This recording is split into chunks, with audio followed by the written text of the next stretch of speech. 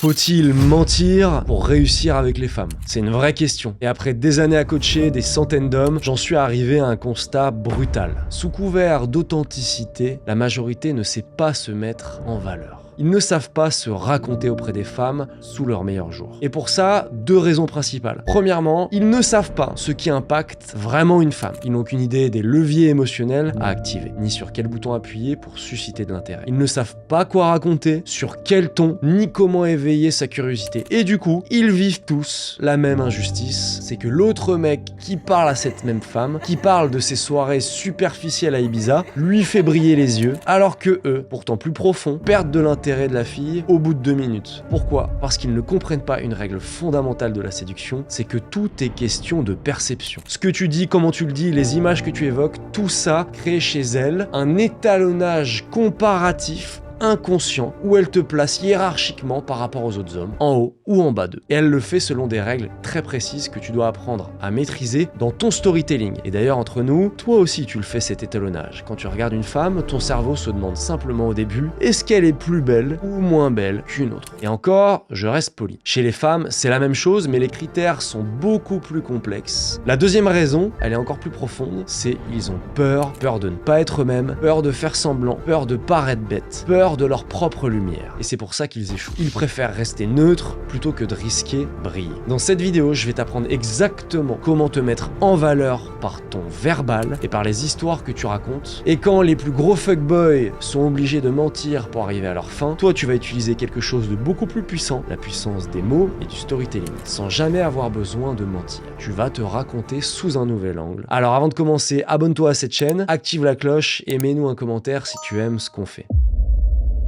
Le premier point de cette vidéo à comprendre, c'est que la séduction est une question de perception. Prenons un premier scénario. La fille vous demande « Et toi Marc, qu'est-ce que tu fais dans la vie ?» Je fais le métier que j'ai toujours rêvé, je suis acteur. La perception instantanée dans le commun des mortels qui colle avec le mot acteur, c'est lumière, paillettes, festival de Cannes, haut standing, belle femme, belle voiture, grand réalisateur, soirée mondaine, bref, haute société. Et ça, c'est un lien inconscient que tout le monde va faire dans son cerveau et ça a universellement de l'impact sur n'importe qui, donc sur une femme. Quand bien même tu serais un acteur de seconde zone, pourri, inconnu au bataillon, ce simple mot va générer cette haute perception de vous-même sur le moment. Prenons maintenant ce même Marc dans une autre conversation. La fille, « Hé Marc, qu'est-ce que tu fais dans la vie ?»« Ah bah moi, je fais du théâtre. »« Ouah, mais c'est incroyable, à la Comédie Française ?»« Ah non, pas du tout, je suis dans un club de théâtre d'improvisation. » Boum, dégringolade. Quand bien même ce Marc serait le nouveau Molière, la perception initiale de « je suis dans un club de théâtre d'improvisation » est la pire. On a tous en tête le geek au fond de l'amphithéâtre ou au fond de la salle de classe, qui n'a pas confiance en lui et qui a besoin de cette activité pour avoir son interaction sociale de la semaine, et encore, il a des pellicules dans les cheveux. C'est une perception instantanée et quasi automatique. Et c'est pas du tout un jugement de valeur que je suis en train de faire, c'est pour vous faire comprendre qu'il y a des perceptions instantanées que vous générez par un simple mot et que ça peut propulser la perception qu'elle a de vous du plus haut vers le plus bas en un instant si vous n'êtes pas vigilant. C'est le même effet que celui des abonnés Instagram. Mets-toi un faux compte Instagram qui a l'air à peu près correct, tu mets 100 000 abonnés, tu vas aborder une femme dans la rue, crois-moi, ça va beaucoup mieux se passer pour toi. Un autre exemple, j'étais en coaching et on travaillait le non-verbal avec un des élèves qui globalement avait le plus de difficultés que j'ai jamais rencontré dans ma vie de coach. Et pourtant, ça fait presque 10 ans que je fais ça. Ça, c'était lui en arrivant au coaching. Sans que je ne fasse rien, il était totalement renfermé sur lui-même, le corps recroquevillé, presque ses habits étaient trop grands, pas confiance du tout en lui. J'ai commencé à lui faire singer une posture. C'est-à-dire que j'ai mécaniquement, littéralement pris son bras, agencé chaque partie de son corps pour qu'il simule de la confiance. J'ai mis son bras sur le côté, j'ai pris sa jambe, je l'ai mis sur le côté également, je lui ai fait prendre plus d'espace et là c'était instantané. Tous les élèves dans la pièce ont eu la même réaction, comme si ce n'était plus le même homme,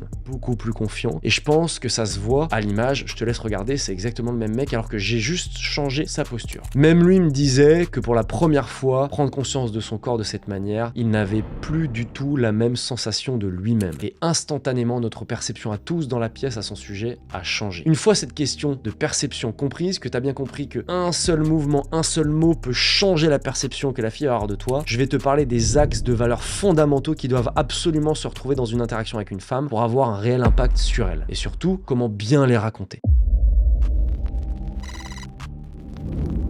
Le premier axe de valeur sur lequel tu vas devoir jouer, c'est celui de la valeur sociale et ton statut perçu. Lorsqu'on parle de valeur sociale, on pense souvent automatiquement à l'argent, mais en réalité, ce n'est qu'un critère parmi d'autres. Ce qui donne à un homme un statut social perçu élevé, c'est une combinaison de ces trois éléments, les trois éléments suivants. Premièrement, son niveau de revenu, ce qui peut se voir par des éléments extérieurs, voiture, habits, montres, lieux fréquentés, etc. Donc c'est une perception indirecte. Deuxièmement, la noblesse ou la valeur symbolique de ce qu'il fait. Dans la tête des gens, la perception initiale d'un médecin, d'un pompier ou d'un avocat sera automatiquement supérieure à un contrôleur de métro par exemple. Et troisièmement, le niveau de passion qu'il exprime pour ce qu'il fait. Prenons quelques exemples très concrets. Un banquier gagne beaucoup d'argent, il incarne donc une haute valeur sociale par sa puissance financière. Un artiste, même s'il est moins riche, peut avoir une valeur sociale tout aussi forte. Pourquoi? Parce que son métier est considéré comme noble dans l'inconscient collectif, original et créatif. Et il peut avoir un réseau de personnes autour de lui qui sont très inspirantes. C'est l'image qu'on a des artistes. À l'inverse, un boulanger, premier abord, peut être vu comme ayant une faible valeur sociale, peu de revenus, métier considéré comme de l'artisanat assez simple, disons peu spectaculaire. Mais attention, s'il est passionné par son travail, qu'il en parle avec fierté et qu'il a pour ambition de créer quelque chose de grand, par exemple une chaîne de boulangerie, une spécialité unique, une notoriété locale, alors sa valeur sociale perçue monte immédiatement. L'exemple le plus fou, c'est celui de Cédric Grolet, qui avant d'être connu, par exemple, pourrait parler avec passion de son ambition de faire les pâtisseries les plus spectaculaires et s'exporter à travers le monde, et maintenant, c'est réussi. Il est dans les plus grands palaces partout dans le monde. Autrement dit, c'est pas ce que tu fais qui compte, c'est comment tu le vis, comment tu en parles et ce que tu incarnes à travers ça. Même un job classique peut dégager une valeur sociale forte s'il est porté avec enthousiasme, ambition, clarté de direction. L'erreur, ce serait de banaliser ou de minimiser ce que tu fais, et c'est souvent ce qui te coûte dans tes interactions. La deuxième valeur fondamentale que tu vas devoir transmettre, c'est celle de la valeur relationnelle. J'aime bien parler de présélection sociale. C'est le regroupement de son cercle proche et moins proche et plus généralement de ton lifestyle. C'est ce à quoi tu as accès. Les lieux, les gens, les événements. Pas besoin d'être une célébrité, mais par exemple emmener une fille dans un bar où tu ne fais pas la queue parce que tu connais le videur ou le serveur, ou à une expo parce que tu connais l'artiste, c'est de la valeur relationnelle. Et c'est très attirant pour une femme de fréquenter un homme qui va pouvoir lui donner accès à cette valeur-là. Pour savoir si tu as de la matière à incorporer dans les histoires que tu racontes, pose-toi les bonnes questions. Est-ce que je crée du lien avec les hommes qui sont autour de moi? Est-ce que mon mode de vie me satisfait? Est-ce que, parmi tous les endroits que je fréquente, je parle aux videurs, aux barman ou aux habitués? Est-ce que si j'emmène une femme dans un de ces endroits, on va m'y faire sentir comme chez moi? C'est des questions que tu dois te poser. Tu dois dès maintenant en fait construire ton réseau et ton lifestyle au quotidien. Et ensuite, tu vas pouvoir en parler. Rien de plus désagréable que de se retrouver dans un endroit, un restaurant avec une femme par exemple, où tu es traité comme un chien, comme quelqu'un d'invisible. Alors que si tu vas dans un restaurant où le serveur te connaît, tu es bien accueilli, tu te sens comme chez toi, la perception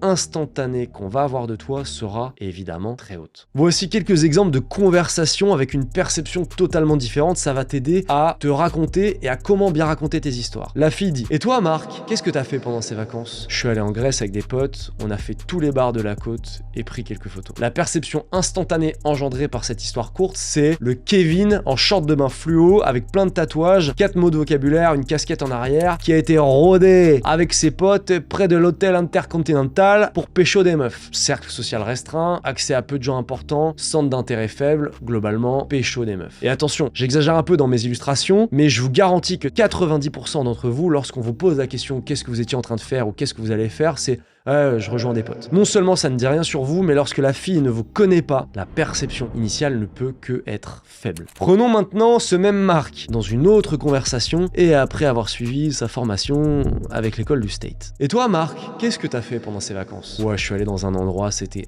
incroyable. Ultra réputé dans le monde du luxe. C'est un endroit paumé en Italie où il y a personne, qui s'appelle Carrare. En gros, tout le marbre blanc, le plus précieux du monde, vient de là-bas. Je suis allé avec des modèles et on a organisé un putain de shooting photo. Les photos sont vraiment incroyables. Les contrastes avec le blanc du marbre et le noir des habits est magnifique. J'ai emmené des potes à moi et on a fini sur un road trip à travers l'Italie. Il manquait juste ta petite tête à côté de moi dans la décapotable et ce séjour aurait été parfait. Bon là, mon récit il est un peu long, mais bref, la perception instantanée, c'est que le mec travaille dans un milieu artistique, socialement élevé, il gagne probablement beaucoup d'argent et travaille probablement pour des marques de luxe. Quand bien même ce serait un photographe raté pour sa marque de dropshipping éclaté à AliExpress, c'est pas du tout l'image que tu vas avoir de lui. Alors la difficulté que vous allez éprouver quand vous allez raconter ces histoires qui qui doivent être vraies. Je le rappelle, vous avez le droit de romancer un peu. C'est que vous allez avoir la sensation de vous la raconter et d'en faire trop. Et vous avez raison de penser comme ça. Car si vous instaurez les sujets par vous-même, c'est là que vous la racontez. Mais si vous répondez simplement aux questions qu'on vous pose, en trouvant le meilleur angle de réponse, alors vous serez réellement impactant. Et d'ailleurs, si tu veux pour la première fois de ta vie sortir de la passivité actuelle dans laquelle tu te trouves par rapport aux femmes, si tu as la sensation de ne pas savoir comment les séduire ou susciter leur intérêt, réserve un appel gratuit avec moi et on verra si on peut t'intégrer à une école incroyable que j'ai créée pour les hommes qui veulent se donner le choix de réussir. C'est l'école du State et pour y rentrer, le premier effort que tu dois fournir, c'est réserver un appel avec moi. Le lien est juste en bas dans la description. La troisième valeur que tu vas devoir dégager, c'est ta valeur sexuelle. C'est vraiment ton pouvoir d'activation émotionnelle et sensuelle. Alors la valeur sexuelle, c'est la capacité que tu as à faire naître une tension du désir, de la projection sexuelle dans la tête d'une femme. C'est un axe de valeur qui est mal compris, car toute sa puissance réside dans les non-dits, plutôt que dans le dire. Et généralement, moins tu vas connaître une femme, plus il va falloir être subtil. Car autant le dirty talk, où tu dis « ouais, je vais te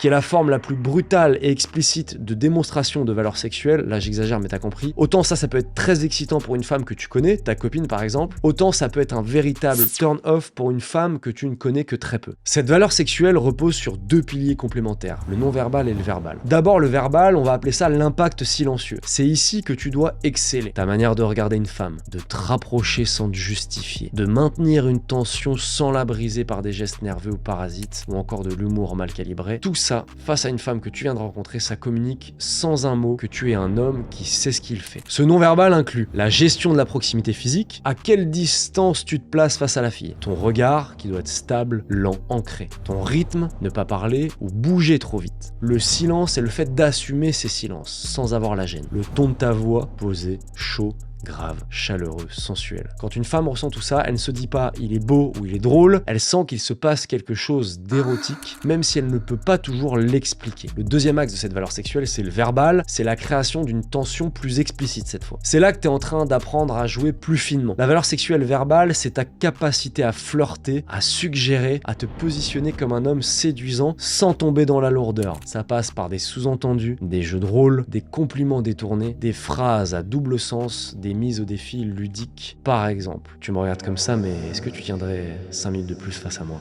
sans lâcher du regard? Mais ce que tu dois apprendre, c'est à doser cette tension, à l'amener plus progressivement, à créer de la curiosité plutôt que de livrer tout trop vite. Ok, les femmes, elles aiment bien cette tension, elles aiment bien être teasées. Le mot que tu dois avoir à l'esprit, c'est intrigue. Arriver avec tous ces outils que je t'ai suggérés plus haut, à suggérer plutôt qu'à dire explicitement. Dire à une femme avec la bonne attitude, j'adore comment tu me regardes, peut être beaucoup plus puissant et sexuel qu'un étalage de tes compétences sexuelles. Par exemple, plutôt que de dire, je vais te et ensuite je vais te et ensuite je vais te prendre et je vais te faire tu peux dire, j'ai une technique de massage très secrète. Même les plus grands spas, les plus grands hôtels la redoutent, mais je suis pas sûr que tu sois prête pour ça. Bon, ça va, il est bon ton cocktail? Là, tu l'invites dans un jeu, tu ouvres une tension. J'ai utilisé exprès un exemple où je joue un peu le beauf, un peu comme ça. Mais en tout cas, l'idée, c'est de créer cette tension sans aller la résoudre tout de suite. Voilà les mecs, c'est tout pour cette vidéo. C'est tout pour ces axes de valeurs fondamentaux. Évidemment, la liste n'est pas exhaustive, donc la suite dans une prochaine vidéo. Je te dis à très vite.